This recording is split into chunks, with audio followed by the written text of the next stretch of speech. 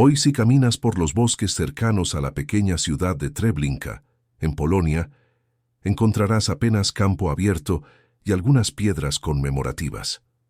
El viento sopla entre los árboles, los pájaros cantan, la hierba crece tranquila. Es un lugar apacible, casi bucólico.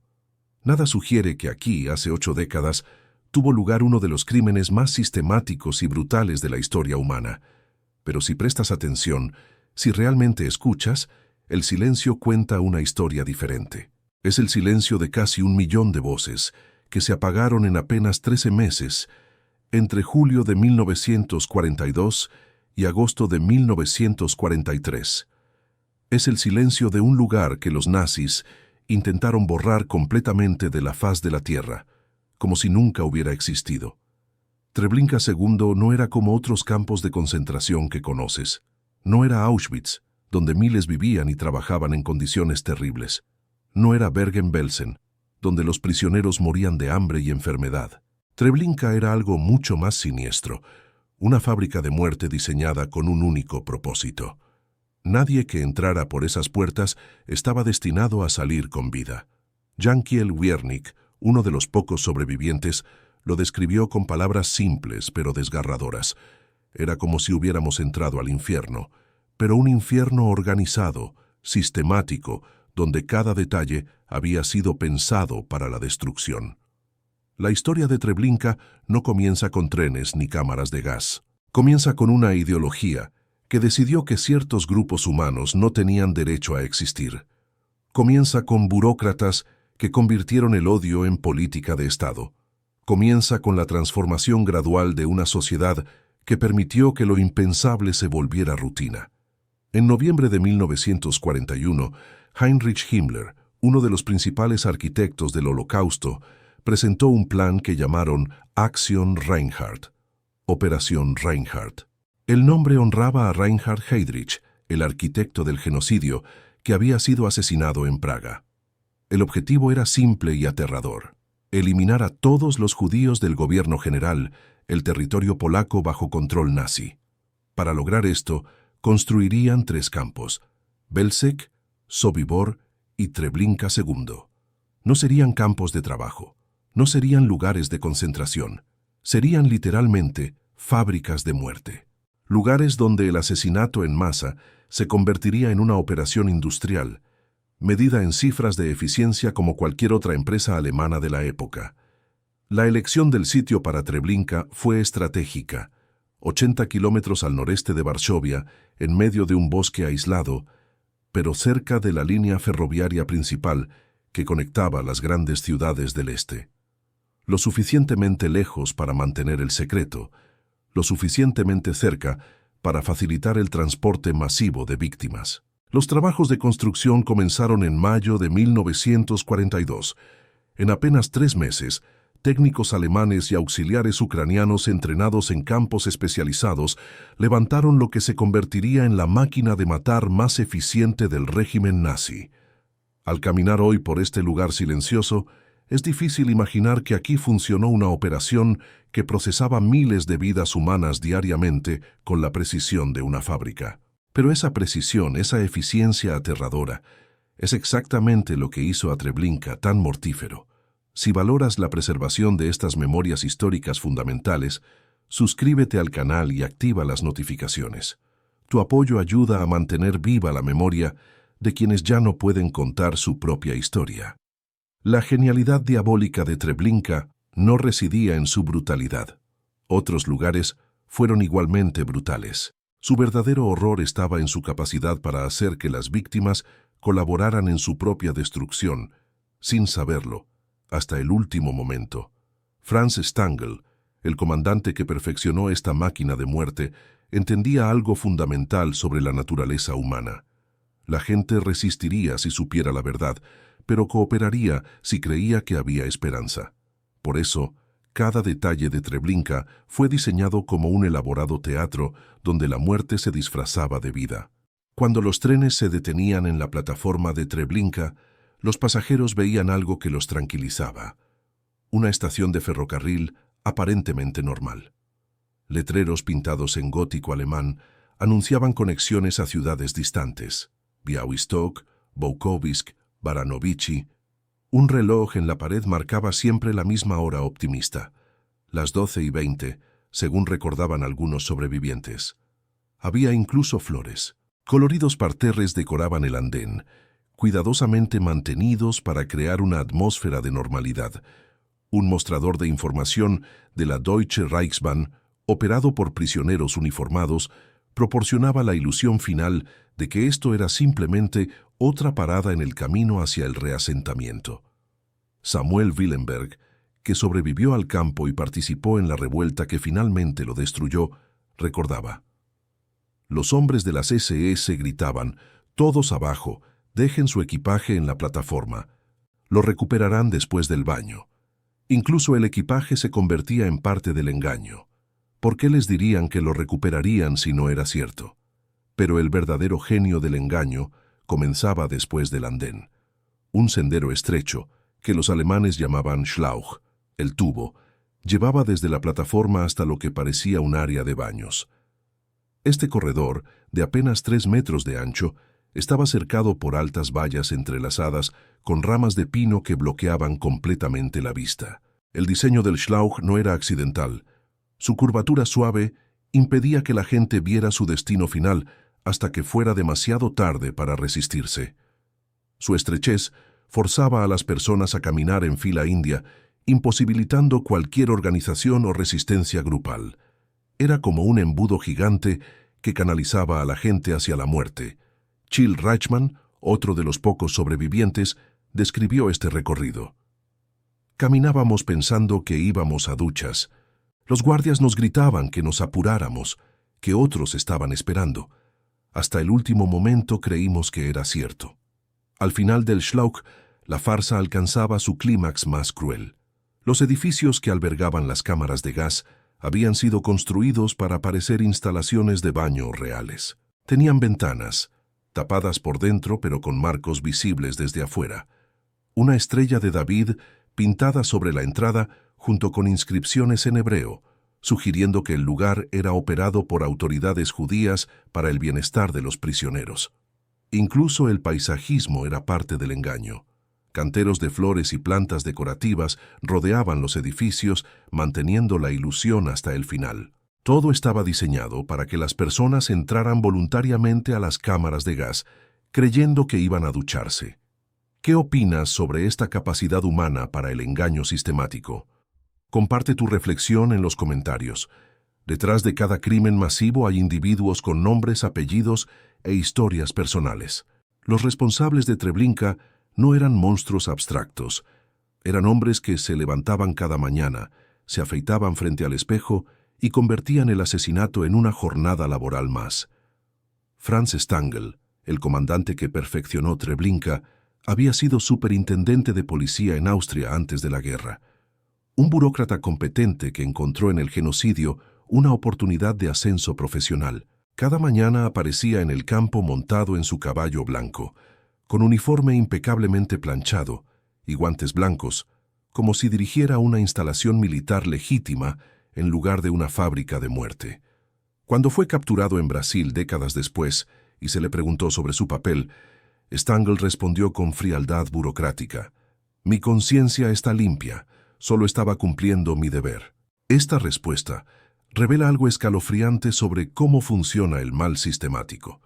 Las personas pueden participar en atrocidades mientras mantienen su autoimagen como funcionarios respetables. Su segundo al mando, Kurt Franz, apodado Lalka, muñeca, por su apariencia jovial, trajo una energía diferente pero igualmente siniestra. Franz había entrenado a un perro llamado Barry para atacar a prisioneros bajo comando, especialmente dirigiendo los ataques a los genitales. Esta combinación de crueldad animal con competencia administrativa ejemplificaba la perversa modernidad del sistema nazi. Heinrich Mattes supervisaba las propias cámaras de gas, asegurándose de que los sistemas mecánicos funcionaran eficientemente. Su experiencia técnica provenía del programa de eutanasia nazi, donde había aprendido a ver el asesinato como un problema de ingeniería en lugar de moralidad. Para él, Optimizar el flujo de víctimas no era diferente a optimizar cualquier otro proceso industrial, pero quizás los más inquietantes eran los auxiliares ucranianos, hombres reclutados de campos de prisioneros de guerra y entrenados en Trauniki para servir como guardias y ejecutores. Iván Marchenko, conocido por los prisioneros como Iván el Terrible, operaba el motor diésel que suministraba gas a las cámaras con evidente placer sádico.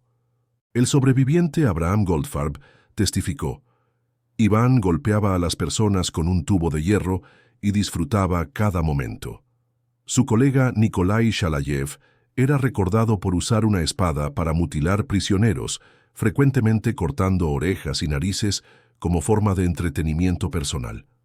Esta división de trabajo entre alemanes y auxiliares no era accidental. Los oficiales alemanes mantenían su sentido de respetabilidad profesional a través de la distancia burocrática, mientras los auxiliares ucranianos eran alentados a expresar brutalidad directa.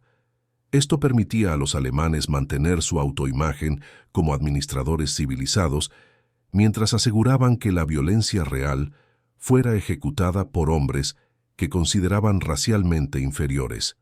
La normalidad de sus vidas fuera del campo era quizás lo más perturbador. Por las tardes estos hombres escribían cartas afectuosas a sus familias, escuchaban música clásica en sus cuarteles y discutían literatura alemana. Habían logrado compartimentar completamente sus identidades. Por la mañana asesinaban miles de personas, por la tarde se comportaban como ciudadanos respetables. Esta capacidad para la doble vida no era una aberración psicológica.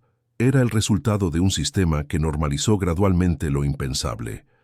Primero fueron leyes discriminatorias, después guetos, después deportaciones y finalmente exterminio.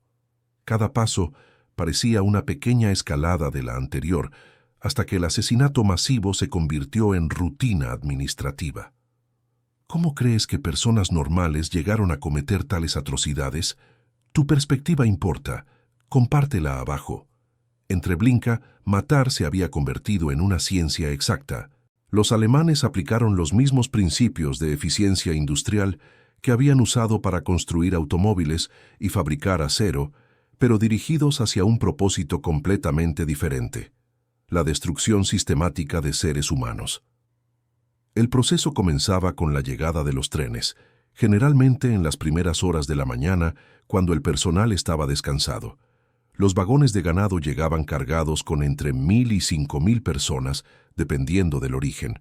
Desde Varsovia el viaje duraba 3 horas, tiempo suficiente para debilitar y desorientar a los pasajeros, pero no tanto como para causar demasiadas muertes durante el trayecto. Chill Reichmann, que sobrevivió trabajando como Sonderkommando, describió las condiciones del viaje. Éramos unos 140 en el vagón de carga. Era extraordinariamente estrecho, con aire denso y rancio, todos nosotros presionados unos contra otros. El propio viaje era parte del proceso de destrucción. Personas debilitadas físicamente ofrecían menos resistencia. Al llegar al andén, comenzaba la representación teatral que ya conocemos. Pero detrás de esta fachada funcionaba una maquinaria de precisión aterradora. Los guardias tenían instrucciones específicas sobre cómo comportarse: gritar órdenes, pero sin mostrarse demasiado agresivos, crear un ambiente de prisa organizada, no de terror absoluto. La separación de familias seguía protocolos establecidos: hombres a la derecha, mujeres y niños a la izquierda, ancianos y enfermos directo al falso hospital, donde serían ejecutados inmediatamente. Esta clasificación tomaba apenas minutos. Los guardias habían perfeccionado el proceso hasta convertirlo en una rutina mecánica. Samuel Willenberg recordó: todo pasaba tan rápido que no había tiempo para pensar. Los guardias gritaban constantemente: ¡Schnell! ¡Schnell! ¡Rápido! ¡Rápido! Era como si estuviéramos en una estación de tren normal con mucha prisa. En el área de desvestidura, la farsa continuaba hasta el último momento. Bancas de madera, ganchos numerados en las paredes, carteles en varios idiomas, instruyendo sobre los procedimientos de higiene obligatorios. Los guardias incluso repartían pequeños trozos de jabón para mantener la ilusión. La instrucción más cruel era recordar el número del gancho donde colgaban su ropa. Recuerden el número para recuperar sus pertenencias después de la desinfección, decían los guardias. Era una mentira diseñada para mantener la esperanza hasta el final. ¿Por qué les pedirían recordar el número si no iban a regresar? Las cámaras de gas podían procesar aproximadamente 700 personas cada una cuando se llenaban hasta la asfixia. El gas de monóxido de carbono, bombeado por un motor diésel de un tanque soviético capturado, causaba la muerte en 30 a 40 minutos. Durante este tiempo, los gritos agonizantes de las víctimas se escuchaban por todo el campo. Yankiel Wernick, carpintero que sobrevivió gracias a su utilidad técnica, documentó: entre 10.000 y 12.000 personas eran gaseadas cada día. En periodos de máxima actividad, durante la liquidación del gueto de Varsovia, esta cifra podía alcanzar las 30.000 personas en una sola jornada. Después de la muerte, equipos de Sonderkommandos, prisioneros judíos mantenidos vivos para facilitar el proceso, entraban a las cámaras para extraer los cadáveres. Trabajando desnudos para prevenir el ocultamiento de objetos de valor, revisaban cada cuerpo en busca de joyas, dientes de oro y otros artículos valiosos. Todo tenía que funcionar como un reloj. Los trenes llegaban, las personas se procesaban, los cuerpos se eliminaban y el campo se preparaba para el siguiente transporte. Era una cadena de montaje de la muerte, donde cada retraso significaba ineficiencia. ¿Cómo una sociedad puede llegar a tratar la vida humana como material industrial? Reflexiona y comenta tu opinión. En el corazón de Treblinka existía una contradicción aterradora. Para que la máquina de muerte funcionara, algunos judíos tenían que mantenerse vivos. Estos hombres, conocidos como Sonderkommandos, vivían en un limbo entre la vida y la muerte, obligados a participar en el procesamiento de los cadáveres de sus propios compatriotas. La selección de estos comandos especiales ocurría durante la clasificación inicial en el andén. Oficiales de las SS identificaban hombres que parecían físicamente capaces, especialmente aquellos con habilidades útiles, carpinteros, barberos, zapateros, sastres. Los separaban del grupo principal antes de que comenzara la marcha hacia las cámaras de gas. Al principio, estos hombres no sabían cuál sería su verdadero trabajo. Solo horas después descubrían la horrible realidad. Tendrían que procesar los cuerpos de las personas que llegaban en los trenes, posiblemente incluyendo a miembros de sus propias familias. Chill Rachman describió su primer día. Cuando abrieron las cámaras después del gaseamiento, vi escenas de horror inimaginable, cientos de cadáveres retorcidos en su agonía final, rostros contorsionados por el gas venenoso, cuerpos que llevaban las marcas de intentos desesperados de arañar las paredes buscando aire. El trabajo de los Sonderkommandos iba mucho más allá de simplemente extraer cadáveres.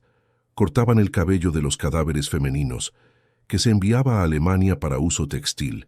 Extraían dientes de oro con alicates y martillos, llenando baldes con oro dental que luego se fundía para el tesoro del Reich. Clasificaban ropa y pertenencias, separando artículos de valor. Samuel Willenberg describió la tortura psicológica de este trabajo. Nos obligaban a mantener eficiencia mientras procesábamos los cuerpos de personas que frecuentemente habíamos conocido en vida, vecinos de nuestras ciudades natales, compañeros de nuestros trenes de transporte, a veces incluso familiares. Los alemanes entendían perfectamente que esta carga psicológica servía como una forma adicional de control. Los Sonderkommandos, traumatizados por lo que tenían que hacer, eran menos propensos a organizar resistencia. Además, su conocimiento íntimo del proceso de exterminio los convertía en testigos peligrosos que eventualmente tendrían que ser eliminados. Las condiciones de vida para estos hombres eran marginalmente mejores que las de los recién llegados, pero permanecían deliberadamente precarias. Dormían en barracas dentro del área operacional del campo, donde podían ser monitoreados constantemente. Su comida consistía principalmente en artículos rescatados del equipaje de las víctimas. Otra capa de tormento psicológico. La rotación entre los Sonderkommandos era deliberadamente alta. Los oficiales de las SS regularmente seleccionaban grupos para ejecución, tanto para prevenir la acumulación de conocimiento detallado sobre las operaciones como para mantener presión psicológica sobre los supervivientes. Nuevos llegados reemplazaban a los ejecutados, garantizando un suministro constante de trabajo forzado. A pesar de estas limitaciones extremas, los Sonderkommandos lograban mantener elementos de dignidad humana y apoyo mutuo. Desarrollaron sistemas de comunicación codificada para transmitir información sobre posibilidades de escape y planificación de resistencia sin alertar a los guardias. Algunos intentaron documentar los horrores que presenciaban, reconociendo su papel como potenciales testigos de crímenes que los perpetradores esperaban ocultar completamente. Escribían notas en pedazos de papel y las escondían, esperando que generaciones futuras aprendieran lo que había ocurrido en Treblinka. Jankiel Wiernik, carpintero que se convirtió en líder de la resistencia, usó sus habilidades profesionales para hacerse indispensable. Su posición le permitió observar todo el alcance de las operaciones del campo y, eventualmente, planificar la revuelta que destruiría Treblinka. ¿Puedes imaginar las decisiones imposibles que enfrentaban estos hombres? Comparte tu reflexión sobre este dilema moral. Treblinka no era solo una máquina de exterminio, era también una empresa altamente rentable. Los nazis habían descubierto que el genocidio podía ser no solo eficiente, sino también económicamente lucrativo. Cada aspecto de la operación estaba diseñado para extraer valor hasta del último momento de vida de sus víctimas. Todo comenzaba con el propio transporte. La Deutsche Reichsbahn, la compañía ferroviaria alemana, cobraba una tarifa por kilómetro por cada persona transportada a Treblinka. Era literalmente un viaje de ida en el sentido más siniestro posible. Las víctimas o sus comunidades pagaban por su propio transporte hacia la muerte. Los documentos alemanes muestran que consideraban estos transportes un negocio lucrativo. Los trenes salían de guetos donde las comunidades judías habían sido forzadas a pagar por los costos de reasentamiento. Era una de las crueldades más refinadas del sistema, hacer que las víctimas financiaran su propia destrucción. Una vez en Treblinka, la extracción de valor continuaba sistemáticamente. Las pertenencias de los recién llegados se clasificaban meticulosamente. La ropa se separaba por calidad. Las mejores piezas se enviaban a Alemania para su reutilización, mientras que las de menor calidad se usaban para la industria textil. Los documentos personales se quemaban, pero no antes de que funcionarios especializados extrajeran cualquier información financiera útil. Números de cuentas bancarias, direcciones de propiedades, datos de seguros. Todo se catalogaba para facilitar el robo posterior de los bienes de las víctimas en sus ciudades de origen.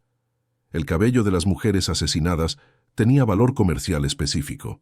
Se cortaba cuidadosamente de los cadáveres, se empacaba en sacos y se enviaba a Alemania para manufactura de textiles industriales. Los alemanes habían calculado que el cabello de 100 mujeres producía aproximadamente 20 kilogramos de material utilizable. Pero el verdadero tesoro eran los dientes de oro. Los Sonderkommandos trabajaban con alicates especiales, extrayendo meticulosamente cada diente dorado o empaste de los cadáveres. Este oro se fundía en lingotes y se enviaba al Reichsbank, el Banco Central alemán. Los registros alemanes muestran que solo de Treblinka se enviaron cientos de kilogramos de oro dental. Las joyas presentaban su propio sistema de clasificación. Diamantes, perlas, relojes de oro, todo se catalogaba según tablas de valor establecidas. Los oficiales de las SS tenían prohibido oficialmente quedarse con estos objetos, aunque en la práctica el robo era común. Muchos guardias enviaban regalos a sus familias en Alemania. Incluso los cadáveres tenían valor económico. Inicialmente enterrados en fosas comunes, fueron posteriormente exhumados y quemados, pero no antes de extraer todo objeto de valor que hubiera sido pasado por alto. Las cenizas se usaban como fertilizante en los jardines del campo. una profanación final que convertía incluso los restos humanos en recurso útil. La escala de este saqueo era asombrosa. Documentos alemanes indican que las pertenencias procesadas en Treblinka llenaban trenes enteros que partían regularmente hacia Alemania. Vagones cargados con miles de maletas, toneladas de ropa, objetos de valor personal, todo el patrimonio acumulado durante generaciones por las familias asesinadas. Esta dimensión económica del genocidio revela algo fundamental sobre la mentalidad nazi. No veían a sus víctimas como seres humanos, sino como recursos a explotar. La muerte era solo el punto final de un proceso de extracción de valor que había comenzado años antes con las leyes discriminatorias y la confiscación de propiedades. Los funcionarios alemanes llevaban registros meticulosos de estas ganancias. Informes mensuales detallaban el valor de los objetos procesados como si fueran reportes de cualquier otra empresa alemana de la época. El genocidio se había burocratizado completamente. ¿Qué te parece más perturbador? ¿La brutalidad del asesinato o esta frialdad comercial? Comparte tu opinión. Entre todas las víctimas de Treblinka, los niños representaban la dimensión más desgarradora de la crueldad nazi. No podían trabajar, no podían resistir, no representaban ninguna amenaza para el Reich. Su único crimen era haber nacido en el lugar y momento equivocados, y sin embargo, o precisamente por eso, fueron asesinados con la misma eficiencia industrial que caracterizaba todo el campo. Los niños llegaban a Treblinka de diversas maneras. Algunos viajaban con sus padres desde los guetos, aferrados a muñecas de trapo o pequeños juguetes que habían logrado conservar. Otros llegaban solos, enviados por padres desesperados que creían que en los campos de reasentamiento del este, sus hijos tendrían mejores oportunidades de supervivencia. María Bielica, una sobreviviente polaca de otro campo, recordaba haber visto grupos de niños judíos. Tenían los ojos de quien ha visto demasiado para su edad. Algunos ya no lloraban. Esa era la parte más terrible. Habían perdido incluso la capacidad de expresar miedo. Durante la selección en el andén, los niños presentaban desafíos específicos para los administradores del campo. Eran los más propensos a gritar, a aferrarse a sus padres, a hacer preguntas que podían despertar sospechas en otros pasajeros. Por eso, los guardias desarrollaron técnicas especiales para manejarlos. A los niños pequeños se les permitía generalmente quedarse con sus madres durante todo el proceso. Era más fácil controlar a ambos juntos. A los mayores, especialmente a los adolescentes que podrían intentar resistir, se les separaba rápidamente, a menudo con mentiras sobre programas educativos especiales en el campo. Los guardias habían aprendido que los niños respondían bien a ciertos engaños. Les repartían caramelos en el andén, les prometían que encontrarían a sus padres después del baño, incluso les permitían llevarse pequeños juguetes al área de desvestidura. Todo para mantener la calma y la cooperación. Richard Glazar, sobreviviente checo, presenció una escena que lo perseguiría por décadas. Un niño de unos 6 años preguntó en alemán dónde estaba su madre. Un guardia de las SS se agachó, sonrió y le dijo: «La verás pronto, después de ducharte». El niño sonrió de vuelta. Hasta el final creyó que era cierto. En las cámaras de gas, los niños morían más rápido que los adultos debido a su menor peso corporal y mayor velocidad de metabolismo. Los guardias sabían esto y a veces ajustaban los tiempos de gaseamiento en función del número de niños en cada grupo. Era una ciencia aplicada a la muerte de inocentes. Después del gaseamiento, los cadáveres de los niños presentaban problemas logísticos específicos. Eran más fáciles de manejar individualmente, pero requerían técnicas diferentes de clasificación para la extracción de objetos de valor. Los Sonderkommandos que tenían que procesar estos pequeños cuerpos a menudo sufrían colapsos emocionales completos. Chill Reichmann escribió sobre esta experiencia con palabras que apenas logran transmitir el horror. Los cuerpos pequeños. Era como si toda la inocencia del mundo hubiera sido asesinada. Algunos Sonderkommandos se negaban a trabajar con los niños y pedían ser ejecutados inmediatamente. Los objetos que los niños llevaban consigo Muñecas, libros de cuentos, pequeños juguetes hechos en casa, se acumulaban en montañas grotescas en los almacenes del campo. Estos objetos, que habían representado amor, esperanza y juego, se convertían en evidencia silenciosa del alcance de la destrucción. Los nazis entendían perfectamente el significado simbólico de asesinar niños. No era solo eliminar vidas presentes, sino también futuras. Cada niño asesinado representaba no solo una vida perdida, sino también todas las vidas que ese niño podría haber generado. Era genocidio en su forma más completa, la destrucción no solo de una generación, sino de todas las generaciones futuras.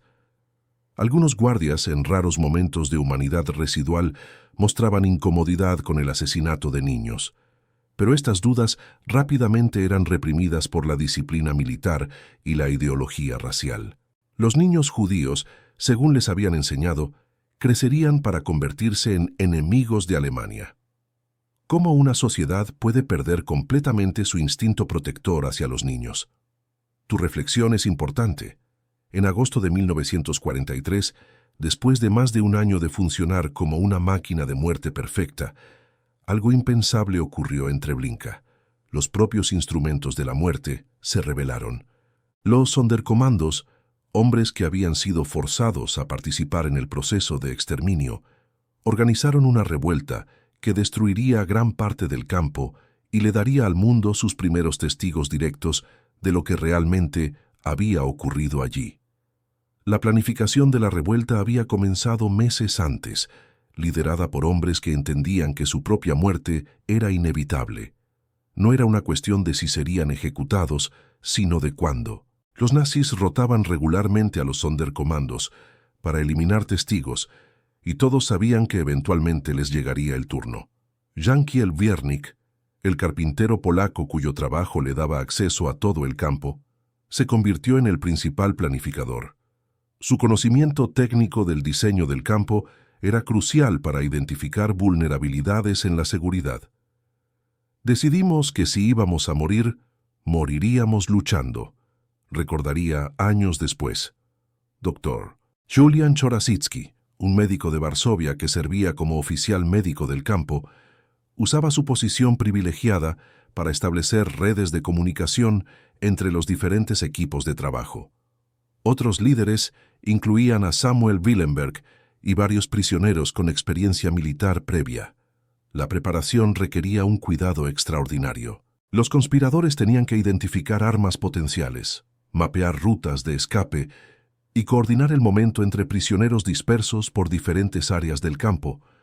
Desarrollaron un sistema sofisticado para robar y manufacturar armas, incluyendo la falsificación de llaves para acceder al arsenal alemán. El plan era simple pero audaz: atacar simultáneamente las posiciones de los guardias, incendiar las estructuras principales del campo, cortar las comunicaciones telefónicas y permitir que el mayor número posible de prisioneros escapara hacia los bosques cercanos.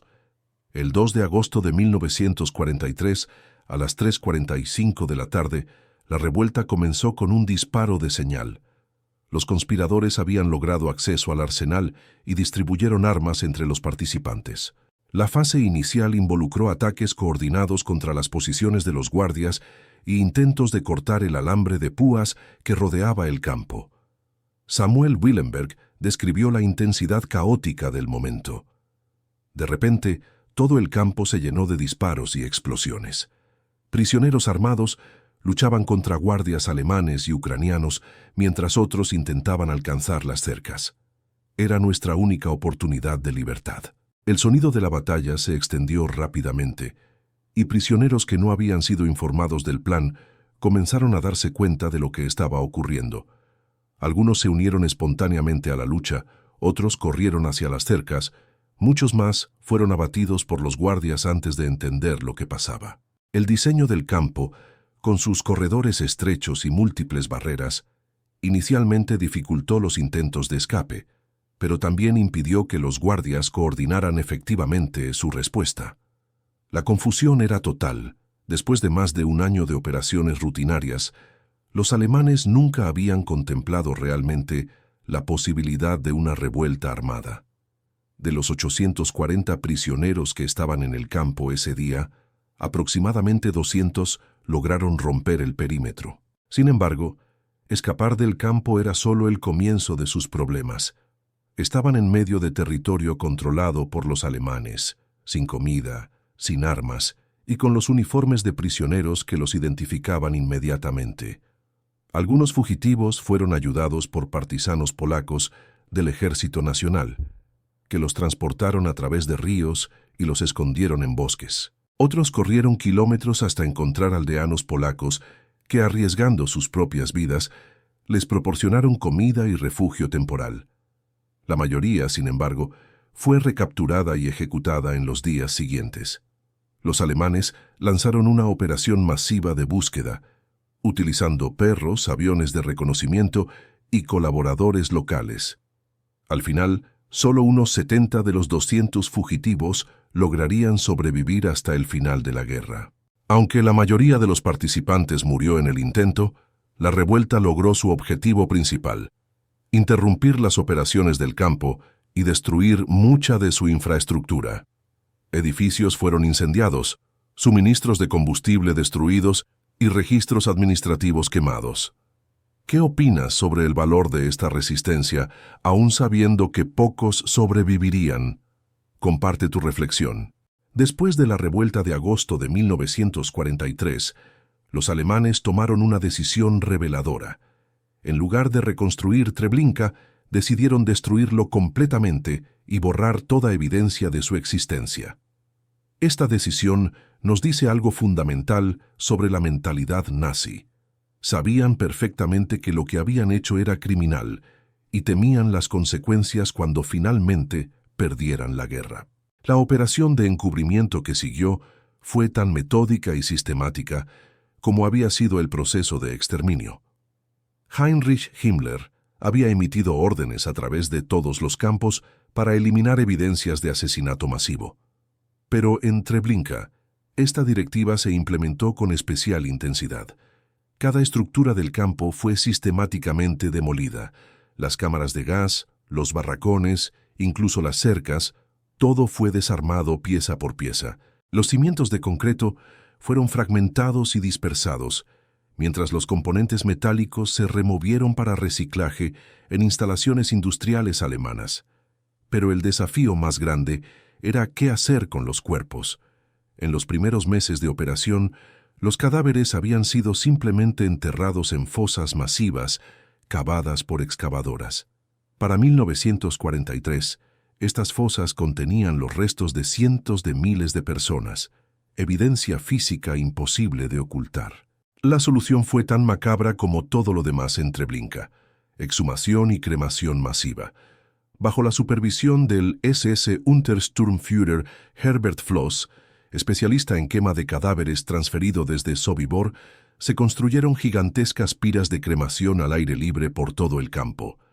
Los Sonderkommandos sobrevivientes fueron forzados a este trabajo final y horrible: desenterrar los cuerpos en descomposición de las fosas comunes y transportarlos a los sitios de quema.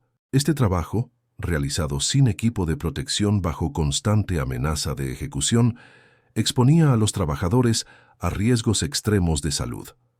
Las piras, construidas con durmientes ferroviarios en patrones geométricos específicos, fueron diseñadas para alcanzar máxima eficiencia de combustión. Quemaban continuamente día y noche, consumiendo miles de cuerpos diariamente, mientras producían columnas de humo y ceniza visibles por kilómetros. Los residentes locales polacos habían aprendido por experiencia amarga a no investigar o reportar lo que presenciaban. El brillo constante de los fuegos creaba un resplandor nocturno que sobrevivientes posteriormente describirían como infernal.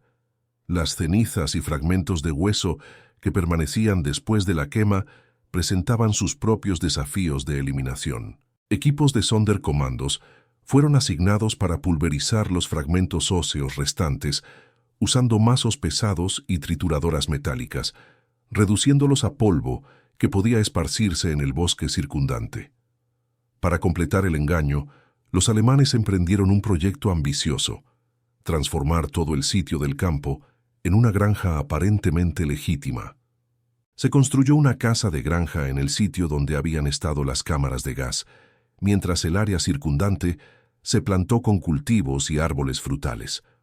Un colaborador ucraniano, Strebel, fue instalado como propietario nominal de esta propiedad, proporcionando una historia de cobertura para cualquier residente local que pudiera cuestionar el pasado del lugar. Incluso se añadieron animales domésticos para completar la ilusión de normalidad agrícola. La infraestructura ferroviaria también fue alterada sistemáticamente. La falsa estación de tren fue demolida. Los rieles del desvío fueron removidos y realocados. La línea principal continuaba funcionando normalmente, transportando carga y pasajeros regulares sin indicación alguna de su conexión previa con el genocidio. El personal involucrado fue dispersado o eliminado para prevenir testimonios futuros. Muchos auxiliares ucranianos fueron transferidos a otras instalaciones o simplemente asesinados, mientras oficiales alemanes recibieron nuevas asignaciones en diferentes frentes de guerra. Los pocos Sonderkommandos que habían sobrevivido a la revuelta fueron ejecutados durante las semanas finales del proceso de desmantelamiento, eliminando a los testigos más conocedores de las operaciones del campo. Solo aquellos que habían escapado exitosamente durante la revuelta permanecían vivos para dar testimonio. Al completarse la operación de encubrimiento en noviembre de 1943, el sitio de Treblinka había sido transformado en una granja funcionando aparentemente normal. Para cualquier observador casual, no había indicación de que allí había funcionado el campo de exterminio más mortífero de la historia humana. ¿Qué revela sobre los perpetradores este esfuerzo desesperado por ocultar sus crímenes? Comparte tu análisis. Hoy, cuando visitamos el memorial de Treblinka, encontramos un paisaje que los nazis creían haber borrado para siempre de la historia. Pero hay algo que no pudieron destruir: las voces de los sobrevivientes que lograron escapar y dedicaron sus vidas a asegurar que el mundo conociera la verdad sobre lo que había ocurrido en esos bosques aparentemente tranquilos. Jankiel Wiernik, el carpintero que había ayudado a planificar la revuelta, publicó Un año en Treblinka ya en 1944, mientras la guerra aún devastaba Europa.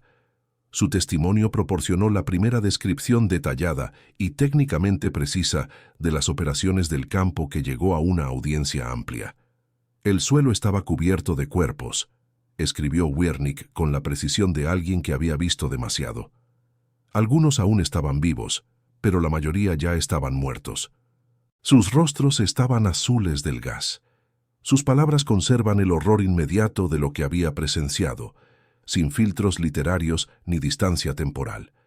Samuel Willenberg pasó décadas documentando no solo sus propias experiencias, sino también las historias de otros sobrevivientes.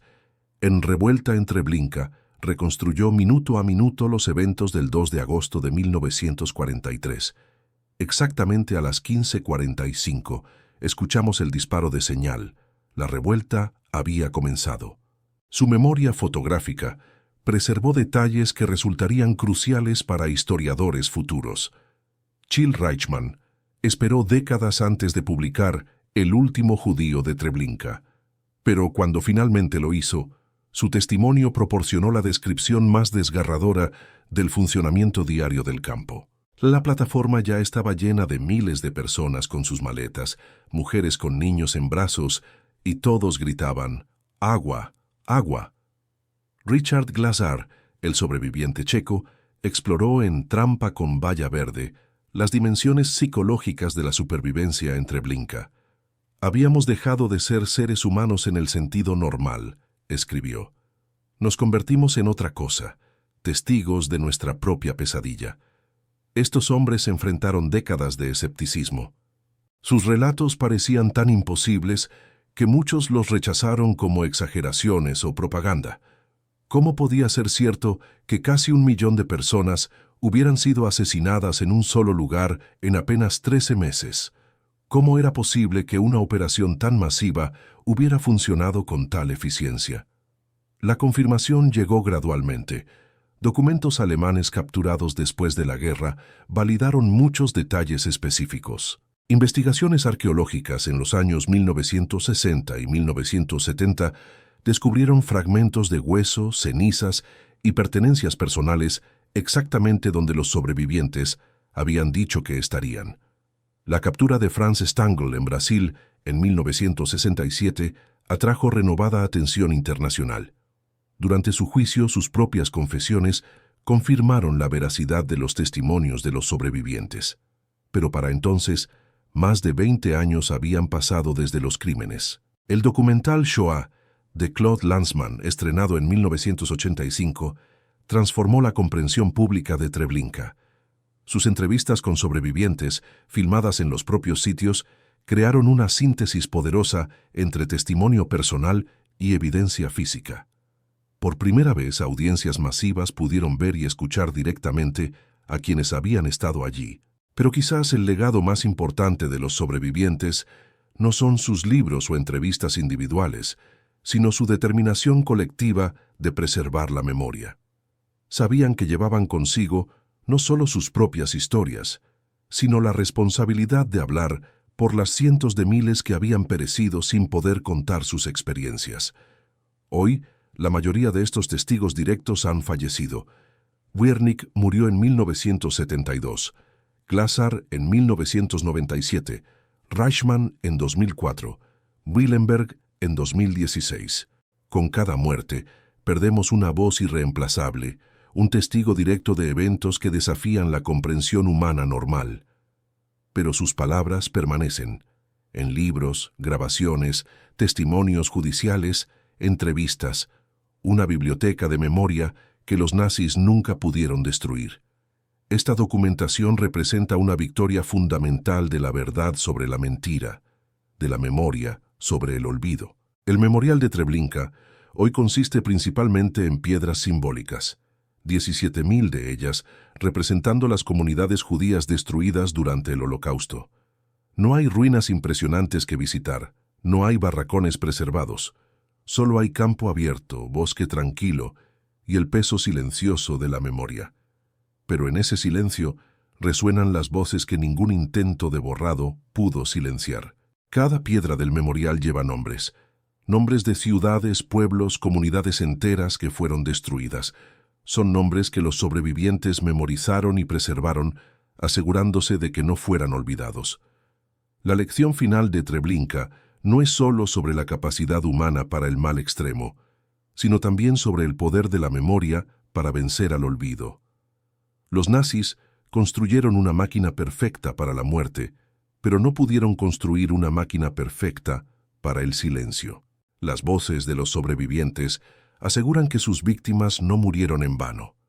Murieron como testigos de una historia que debe ser recordada.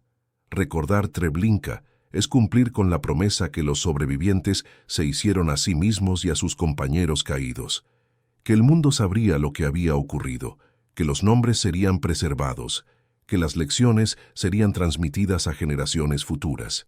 En una época donde el negacionismo y el olvido amenazan estas memorias, nuestra responsabilidad es clara: mantener vivas estas voces, compartir estas historias, asegurar que el tiempo nunca pueda enterrar completamente la verdad sobre Treblinka. ¿Cómo podemos asegurar que estas lecciones históricas no sean olvidadas por las futuras generaciones? Tu compromiso con la memoria histórica es fundamental. Comparte tus ideas sobre cómo preservar estas enseñanzas.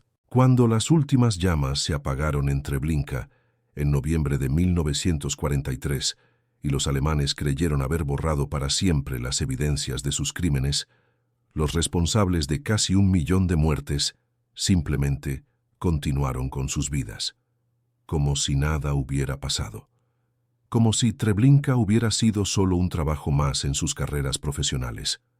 Franz Stangl, el comandante que había perfeccionado la máquina de muerte, no huyó inmediatamente al caos de un mundo en guerra. Fue transferido a otro campo, después a Italia, y cuando la guerra terminó, logró escapar a través de las famosas líneas de ratas que llevaban criminales nazis hacia Sudamérica. En Brasil, Stangl vivió durante décadas bajo identidad falsa, trabajando en una fábrica Volkswagen en Sao Paulo. Tenía una vida tranquila, suburbana, normal. Enviaba a sus hijos a la escuela, participaba en reuniones vecinales, pagaba sus impuestos. Sus vecinos lo conocían como un inmigrante austriaco, trabajador y respetable. Nunca sospecharon que el hombre que vivía al lado había supervisado el asesinato de cientos de miles de personas. Fue solo en 1967 cuando cazadores de nazis lo localizaron y lograron su extradición a Alemania. Durante su juicio, Stangl mantuvo la fachada de funcionario respetable que había cultivado toda su vida. Vestía trajes bien cortados, respondía con cortesía formal, nunca perdía la compostura. Cuando se le confrontó con testimonios de sobrevivientes, Stangl respondía con frases burocráticas, cumplía órdenes superiores, no era responsable de las decisiones políticas, simplemente administraba una instalación que otros habían diseñado. Hasta el final se veía a sí mismo como un administrador competente, no como un asesino en masa. Su condena a prisión perpetua en 1970 llegó 25 años después de sus crímenes. Murió en prisión un año después, llevándose consigo secretos que nunca reveló. En sus últimas entrevistas mantenía que su conciencia estaba limpia, porque había solo cumplido con su deber. Kurt Franz, su segundo al mando que había entrenado perros para atacar prisioneros, siguió un camino similar. Después de la guerra, vivió tranquilamente en Alemania Occidental, trabajando como cocinero. Durante décadas, nadie sospechó que el hombre que preparaba comida en un restaurante local había supervisado el asesinato de miles de personas diariamente. Fue arrestado solo en 1959 y condenado a prisión perpetua en 1965, 20 años después de sus crímenes. Durante su juicio, Franz mostró menos compostura que Stangl. A veces se reía cuando escuchaba testimonios sobre su crueldad, como si fueran exageraciones divertidas. Murió en prisión en 1998, después de cumplir 33 años de condena.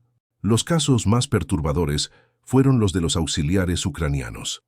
Iván Marchenko, el Iván el Terrible, que operaba las cámaras de gas con placer sádico, simplemente desapareció al final de la guerra. A pesar de décadas de búsqueda, nunca fue localizado. Probablemente murió como un anciano tranquilo en algún pueblo ucraniano, llevándose sus secretos a la tumba. En los años 1980, un caso de identidad equivocada conmocionó al mundo cuando John Demjanjuk, un mecánico ucraniano-estadounidense que vivía en Cleveland, fue identificado erróneamente como Iván el Terrible. Fue deportado a Israel, juzgado y condenado a muerte, solo para que posteriormente se descubriera que era un caso de identidad equivocada. El verdadero Iván el Terrible nunca fue encontrado. La mayoría de los auxiliares ucranianos siguió el mismo patrón. Después de la guerra se mezclaron de vuelta en la población civil. Muchos emigraron a países occidentales bajo identidades falsas, vivieron vidas normales y murieron en sus camas sin enfrentar nunca las consecuencias de sus actos. Christian Wirth, el supervisor general de los campos de operación Reinhard y mentor de Stangl, tuvo una suerte diferente. Murió en combate en Italia en 1944, alcanzado por fuego de partisanos. Nunca enfrentó un juicio, pero al menos no disfrutó de décadas de vida tranquila como sus subordinados. Heinrich Himmler, el arquitecto de toda la operación, se suicidó con veneno cuando fue capturado por los aliados en mayo de 1945. Odilo Globoknik, el administrador directo de Operación Reinhard, también se suicidó durante su captura. Los principales responsables se las arreglaron para evitar enfrentar las consecuencias de sus actos. Lo más perturbador de estos destinos no es solo la impunidad, sino la normalidad.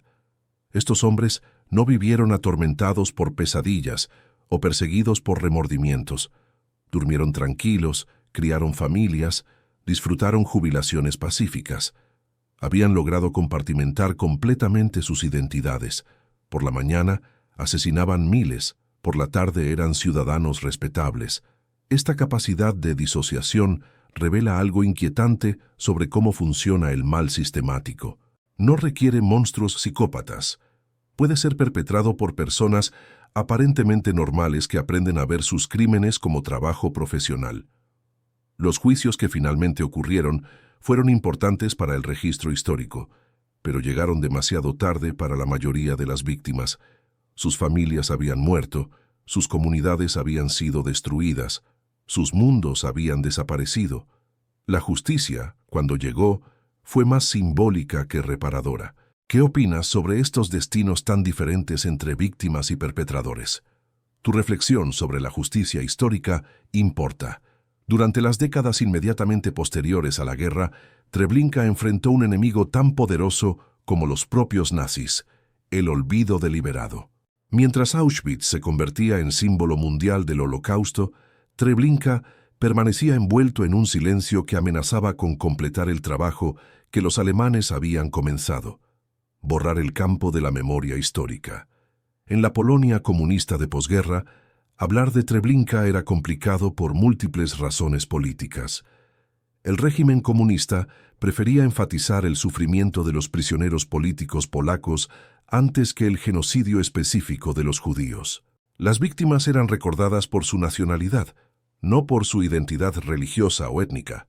Esta política oficial de universalización del sufrimiento significaba que los monumentos iniciales en el sitio de Treblinka mencionaban genéricamente a víctimas del fascismo, sin especificar que la gran mayoría habían sido judíos asesinados específicamente por ser judíos.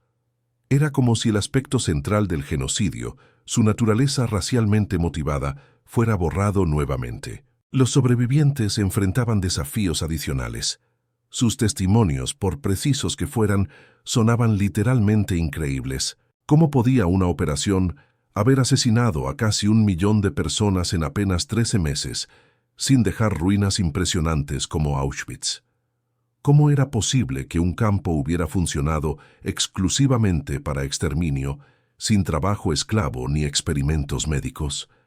Jankiel Wiernik, cuyo testimonio de 1944 había sido uno de los primeros en alcanzar al mundo exterior, pasó décadas luchando por ser tomado en serio. Su descripción técnica precisa de las cámaras de gas y del proceso de exterminio era tan detallada que algunos la consideraban sospechosa. ¿Cómo podía un simple carpintero conocer tantos detalles operacionales? Samuel Willenberg enfrentó un tipo diferente de escepticismo. Como sobreviviente de la revuelta, su historia de resistencia armada exitosa no encajaba con la narrativa preferida de victimización pasiva. Algunos preferían recordar a las víctimas del Holocausto como mártires sufrientes, no como combatientes que habían luchado y ocasionalmente ganado. En Israel, donde varios sobrevivientes se establecieron después de la guerra, inicialmente hubo poco interés en testimonios detallados sobre campos de exterminio. El país joven estaba enfocado en construir una nueva identidad nacional, y las historias de destrucción masiva no encajaban bien con la narrativa de renacimiento y fortaleza. Chill Reichman esperó hasta 2009 para publicar sus memorias completas, más de 6 décadas después de su experiencia. En entrevistas, explicaba que durante décadas había sentido que nadie quería escuchar realmente los detalles más terribles de lo que había vivido. La gente prefería versiones más simples, más digeribles, recordaba. En Alemania, el tema de Treblinka era prácticamente tabú durante las primeras décadas de posguerra. El país estaba enfocado en reconstrucción y reconciliación, no en examinar minuciosamente los crímenes del pasado. Los pocos alemanes que conocían detalles sobre los campos de Operación Reinhardt preferían no hablar sobre ello. Esta conspiración de silencio se extendía a nivel internacional. Los aliados tenían abundante evidencia sobre Auschwitz, Bergen-Belsen y otros campos liberados por sus tropas, pero los campos de Operación Reinhardt habían sido liberados por el Ejército Rojo Soviético, y durante la Guerra Fría había poca cooperación en compartir información histórica. Las investigaciones académicas serias sobre Treblinka comenzaron solo en los años 1960, casi 2 décadas después de los eventos. Historiadores como Yitzhak Arad tuvieron que trabajar como detectives, juntando fragmentos de testimonios, documentos alemanes incompletos y evidencia física limitada para reconstruir lo que había ocurrido. Incluso entonces, El trabajo era complicado por el acceso limitado. El sitio de Treblinka estaba en Polonia comunista, detrás de la cortina de hierro, dificultando las investigaciones occidentales.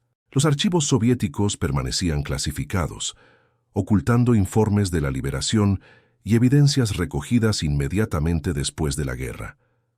La situación comenzó a cambiar en los años 1970 y 1980, cuando una nueva generación de historiadores empezó a insistir en la importancia de estudiar específicamente los campos de exterminio.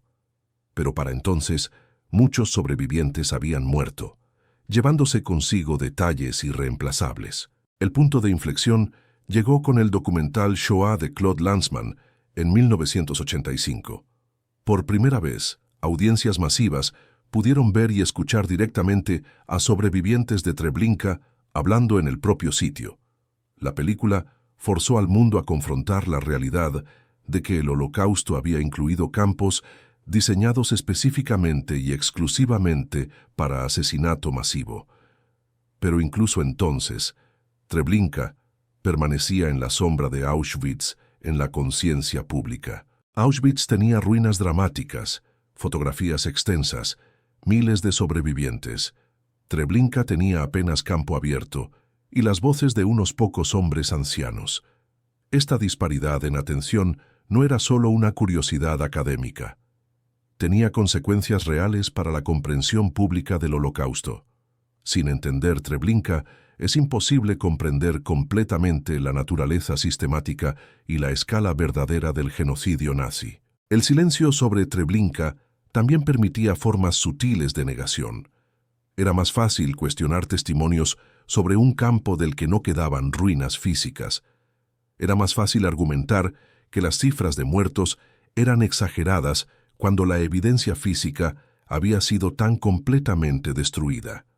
Solo en las últimas décadas, con investigación arqueológica moderna y análisis forense de los testimonios, ha sido posible confirmar científicamente la veracidad de los relatos de los sobrevivientes. Pero para entonces, la mayoría de los testigos directos habían muerto. ¿Cómo crees que períodos de silencio histórico afectan nuestra comprensión del pasado? Comparte tu reflexión.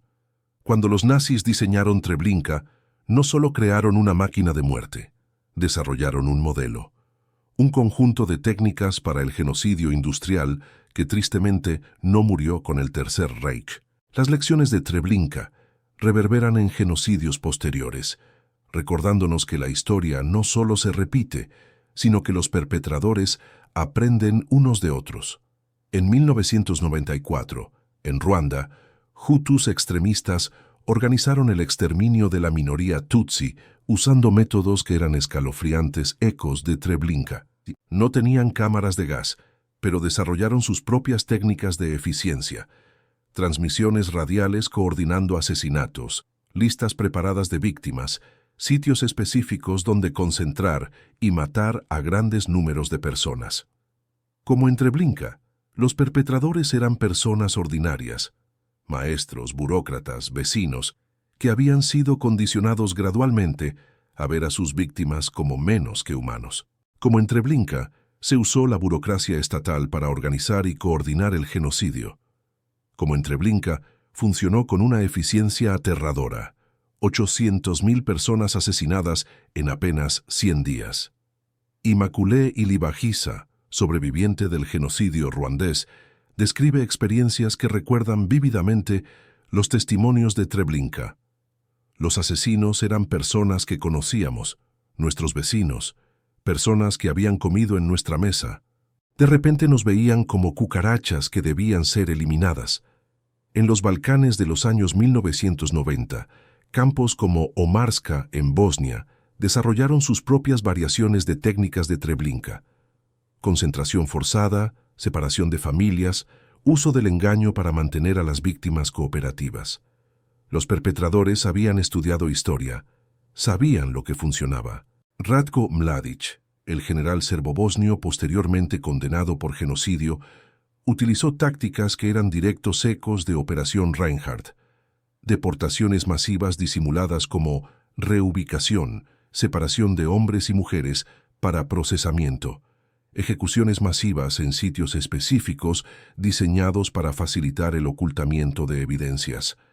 En Myanmar, las fuerzas militares han usado contra la minoría rohingya técnicas que combinan métodos de Treblinka con tecnología moderna.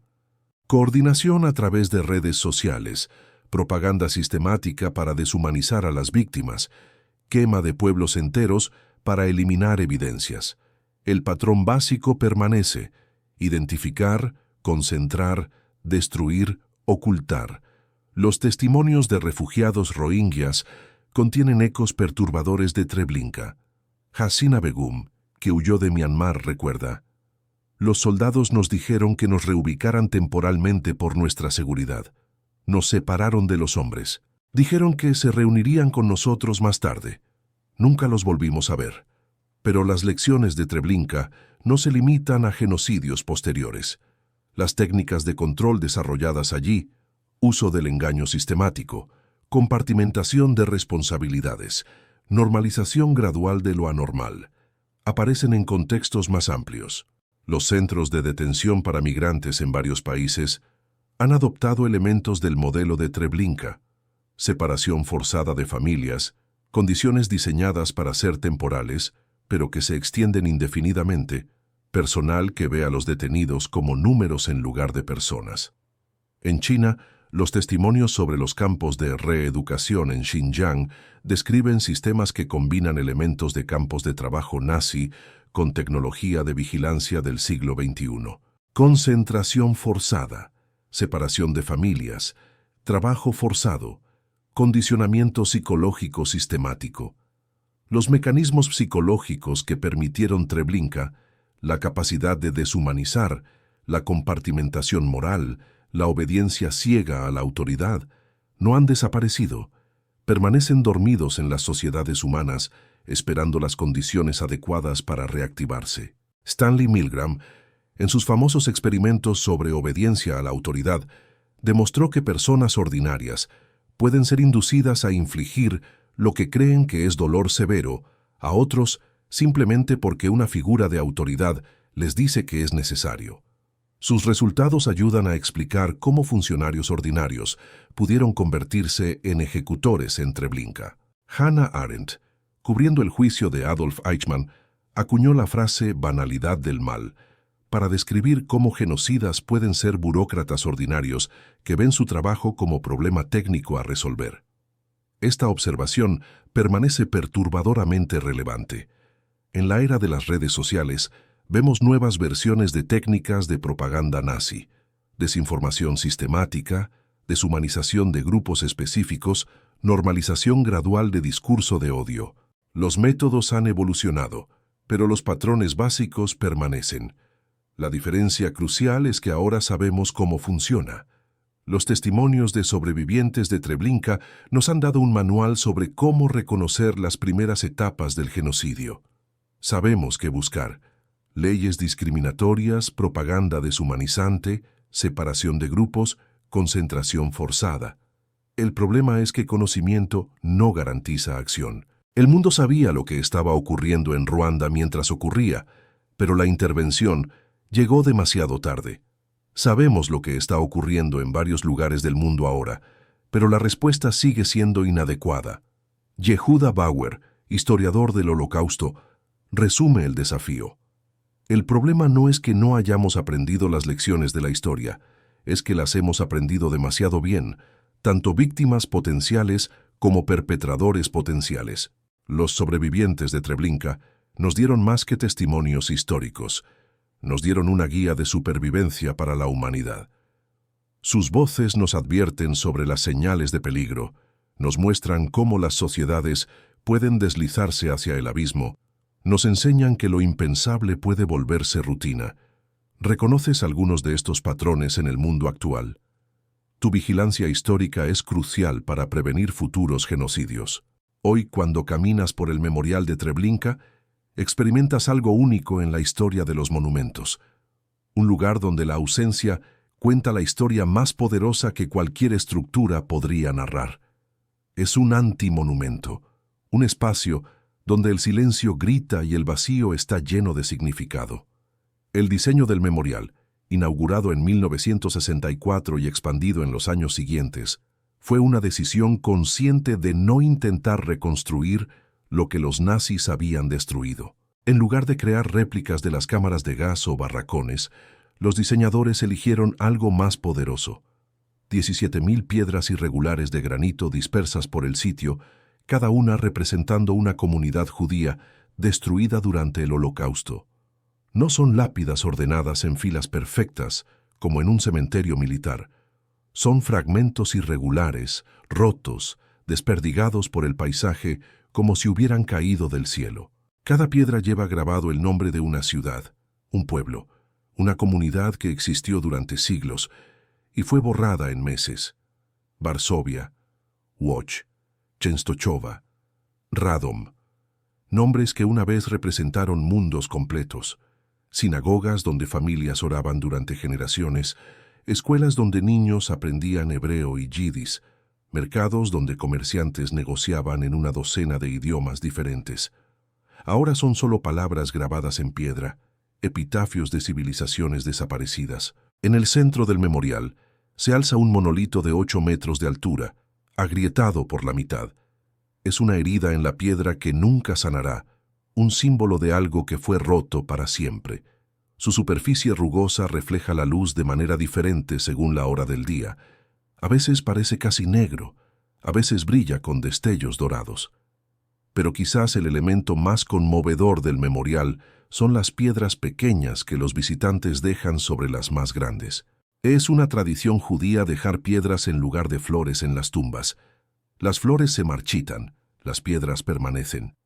Miles de visitantes han dejado estas pequeñas piedras, creando capas de memoria que se acumulan año tras año. Una placa en polaco, hebreo e inglés cuenta la historia básica. En memoria de las 800.000 víctimas judías asesinadas y quemadas en este lugar. Números que representan una incomprensible cantidad de vidas individuales, cada una con nombre, familia, sueños, esperanzas que fueron extinguidas en cámaras de gas que ya no existen. Lo que hace al memorial especialmente poderoso es lo que no muestra. No hay recreaciones gráficas de la violencia, no hay fotografías perturbadoras de cadáveres, no hay intentos de shock visual.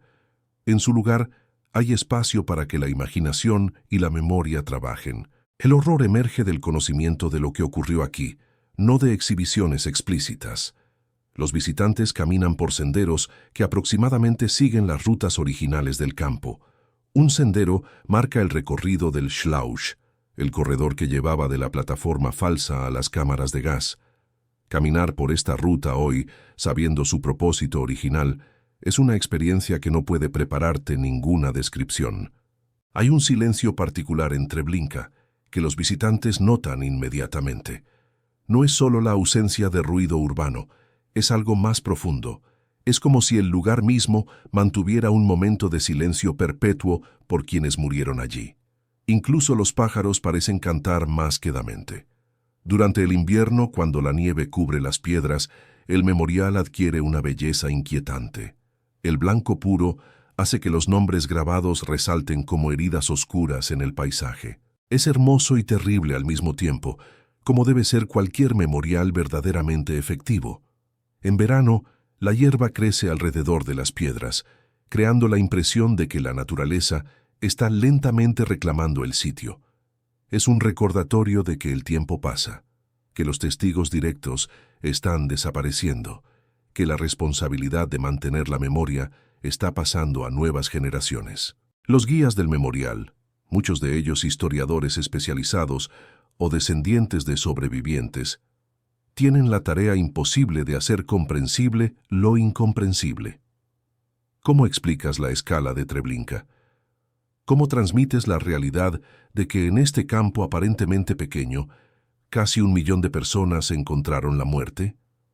Muchos visitantes llegan con expectativas basadas en Auschwitz. Esperan ver edificios, alambradas, torres de vigilancia. La ausencia de estas estructuras inicialmente los desorienta, pero gradualmente comprenden que esta ausencia es el punto. Treblinka fue diseñado para no dejar rastros, y en cierto sentido, lo logró. Sin embargo, hay algo que los nazis no pudieron borrar: la geografía emocional del lugar. Visitantes de todo el mundo reportan experiencias similares: una sensación de peso, de presencia invisible, de estar caminando sobre terreno sagrado. Algunos lo llaman espiritualidad, otros lo llaman historia, pero todos lo sienten. El memorial también incluye un pequeño museo con exhibiciones que complementan la experiencia al aire libre. Aquí se pueden ver mapas de las rutas de deportación, fotografías de las comunidades destruidas, objetos personales rescatados. Pero estos elementos informativos sirven principalmente para contextualizar la experiencia principal: estar en el lugar mismo donde ocurrieron los crímenes. Uno de los aspectos más conmovedores son los grupos de estudiantes israelíes que visitan como parte de sus viajes educativos. Ver a jóvenes judíos parados donde sus ancestros fueron asesinados, leyendo nombres de comunidades de las que quizás descendían sus propias familias, conecta el pasado con el presente de manera visceral. ¿Qué emociones crees que experimentarías caminando por este memorial? Comparte cómo imaginas que te afectaría.